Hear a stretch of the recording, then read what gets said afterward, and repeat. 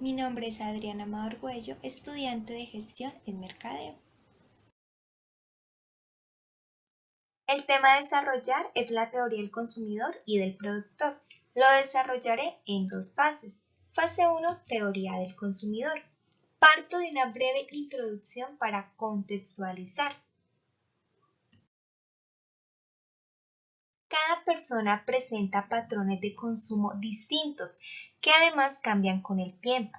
Variables como los gustos, las costumbres, la religión, la política, la posición social y el ingreso, por mencionar algunas que afectan la decisión de compra para adquirir un bien o un servicio.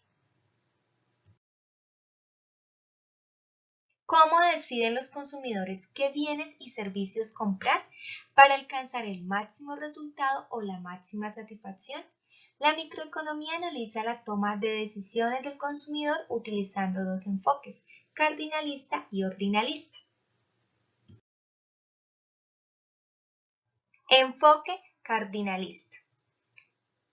Utiliza métodos proporcionados por las matemáticas que permite cuantificar estados de placer o satisfacción en el consumidor y así determinar el nivel de equilibrio. Este enfoque identifica la utilidad marginal y la utilidad total. Iniciaremos con la utilidad marginal. En la medida que el individuo consume una unidad adicional de un bien o servicio cualquiera, su goce marginal o adicional va disminuyendo hasta anularse y hacerse negativo. Ejemplo, a Ana María siempre le ha gustado el dulce. Pasa por la pastelería Don Pepe, compra un postre de pay de limón, lo consume, le produce mucha satisfacción, pide otro y ya no le gusta tanto. Sigue consumiendo hasta que se siente saciada. Para que les sea más claro, les comparto el concepto de marginal. Es el comportamiento de un agente económico en su carácter de consumidor de bienes y de servicios, encaminada a la obtención de la curva de demanda del consumidor para los distintos bienes. Ahora tenemos la utilidad total. En la medida que el individuo consume un determinado número de unidades de cualquier bien o servicio, su goce total va aumentando de forma decreciente hasta llegar a la saturación y de ahí en adelante irá declinando. Tenemos como ejemplo, Juan tiene 10 años. Sus papás una vez por semana le dan algunas monedas y al finalizar el mes gasta ese dinero en Mecato y en videojuegos. Partimos como cero la unidad de no consumo y como máximo indicador el consumo de 8 bienes. La escala de satisfacción la representé en dos tablas. En una podemos observar la utilidad total y la otra vemos la utilidad marginal de consumo de Mecato. Y también estamos viendo la de los videojuegos, aplicando la fórmula respectiva. Entonces se deduce que la utilidad total es el beneficio total que Juan obtiene del consumo de Mecato y de los videojuegos. La utilidad depende del nivel de consumo y la utilidad de los videojuegos aumenta con más lentitud que la utilidad de Mecato. Para medir el cambio de la utilidad total que proviene de aumentar el consumo de bienes, observamos que, primero, el consumo de videojuegos aumenta y su consumo de Mecato disminuye. Segundo, la utilidad marginal es positiva, pero disminuye a medida que aumenta la cantidad consumida de un bien. Tercero, la utilidad marginal disminuye a medida que compra más de cada bien. Y cuarto, la tendencia a utilidad marginal a disminuir se deriva del principio de utilidad marginal. Tenemos entonces acá el equilibrio del consumidor, que es una situación en la que un consumidor ha asignado su ingreso en una forma que maximiza su utilidad total. Nos encontramos acá con unas leyes creadas por el economista alemán Gossen. Entonces, en la fase de placer, en el inicio la utilidad total crece de forma decreciente y la utilidad marginal decrece pero es positiva.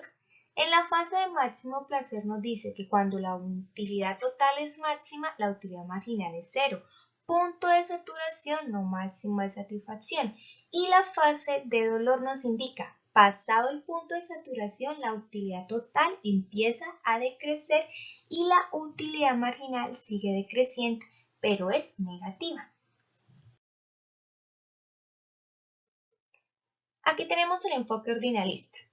Este está basado en la utilidad marginal y enfrenta al consumidor a tomar decisiones basándose en el orden de prioridades, que está basado en la teoría de las curvas de indiferencia que muestran las diferentes combinaciones de bienes o servicios que desea realizar cualquier consumidor y que le proporcionan el mismo nivel de utilidad o satisfacción. Es decir, que el individuo es indiferente respecto a cuál combinación preferir. Elabore el siguiente ejemplo para mayor comprensión. Matilda quiere salir el fin de semana y compartir con sus amigos, para lo cual decide tomarse unas vacaciones de playa, brisa y mar. Antes contaba con 2 ingresos. Ella salía una vez al mes, pero como ahora solo tiene uno, realiza un plan de gastos, que incluye la alimentación, el pago del arriendo, de los servicios, salud, transporte, educación, ropa y calzado, deporte, diversión, entre otros. Se da cuenta que no le alcanza, trabaja más y gana menos. Hace poco notó que está muy delgada. Y como está muy delgada, fue con el nutricionista, quien le recomendó una dieta rica en proteínas y verduras y actividad física constantes, por lo que su presupuesto de alimentación aumentó. Así que decide dar prioridades. Entonces, gasta menos en las harinas y ese restante lo utiliza para la compra de la proteína. Dando conclusión a la fase 1, tenemos que el consumidor es conocedor de los bienes, pero desconocedor de los fines.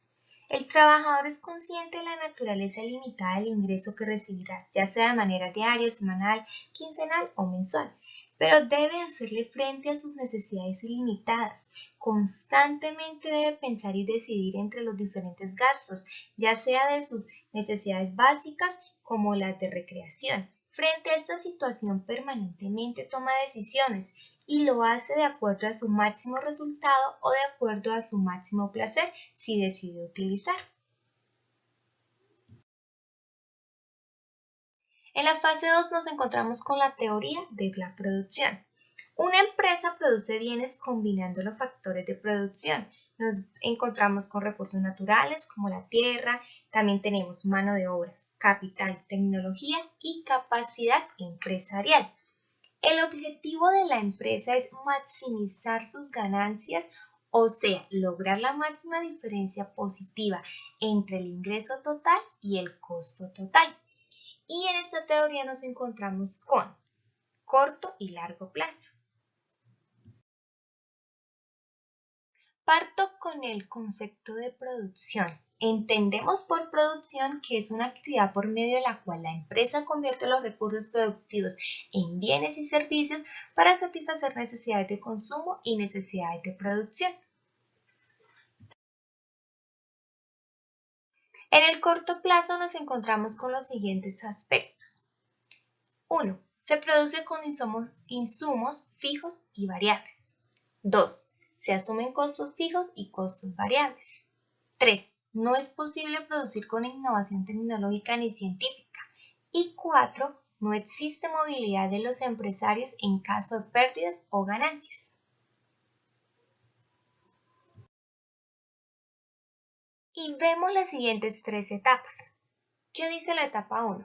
Que es improductiva, desperdicio del factor fijo y sobreutilización del factor variable. Etapa 2. Óptima, donde le conviene permanecer al productor, pues se alcanza el producto total máximo y se optimiza la utilización de factores, pues no hay ni sobreutilización ni utilización de estos. Y etapa 3. Es totalmente improductiva y se da sobreutilización del factor fijo y desperdicio del factor variable. Para el largo plazo tenemos que se produce solamente con insumos variables. Se asumen solamente costos variables. Es posible producir con innovación tecnológica y científica. Y existe movilidad de los empresarios en caso de pérdidas o ganancias. Todos los factores de producción o insumos utilizados para el por el productor son variables, lo que significa que no se asumen costos fijos, sino solamente costos variables. Y aquí nos encontramos con dos aspectos. El primero de ellos es insocosto, que es la combinación de insumos que hace el productor a partir de un desembolso total y los precios de los insumos. Y insocuanta, que es la combinación de insumos que hace el productor y que le proporcionan la misma cantidad de producto. Y acá les dejo la bibliografía sacada de la cartilla 5, estudio de la conducta del consumidor, y de la cartilla 6, teoría del productor a corto y largo plazo, del módulo microeconomía. También busqué información a través de Google en una página que se llama Aula Economía.